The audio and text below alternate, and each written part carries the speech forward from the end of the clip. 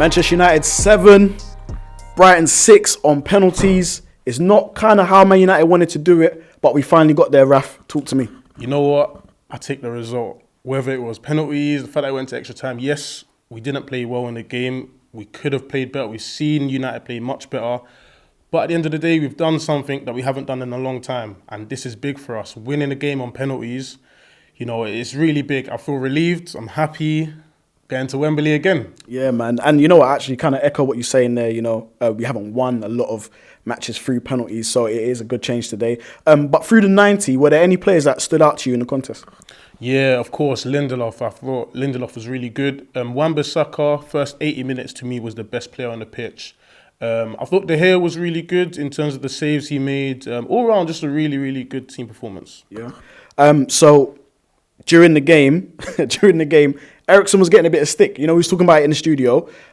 What do you think happens in that midfield now? Does he drop out for Fred? Because when Fred came on, like, he was okay. Do you think he drops out? It all depends on the sort of game. I think, for example, the game against Nottingham Forest, where he just came back from injury, Eriksen was really good. Because we had the ball for the whole game, Nottingham Forest sort of sat back, didn't really offer us anything. But in games in which, you know, it's going to be a bit harder, the team are going to fight a bit more, we do need someone like Sabitzer or Fred in that midfield. I thought Eriksen just wasn't good. It looked off it to me. Yeah.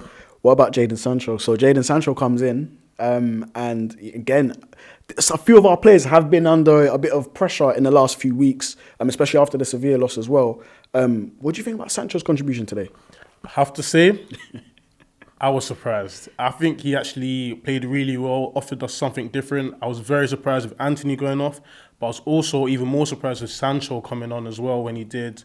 But Sancho looks really good. So I just hope he can keep going with it, you know, keep on this form, and hopefully next few games he can get a goal. He needs to score before the end of the season, at least one. Yeah. So speaking of hot topics, you know I'm going to bring up the hottest topic right now, you know. David De Gea, so through the 90, you know, kind of seen two sides of his game. You know, a lot of the passes were okay, the short passing was okay, but the long passing wasn't really there. However, at the other end, he makes some tremendous saves. Yeah. You mentioned two sides of his game. To me, it's three sides of his game. I think the good thing is he made some really crucial, some good saves in the game. That's exactly what you want from your keeper.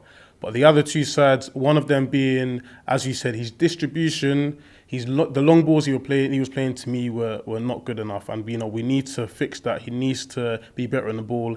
But then the final thing is, yes, we won the penalties.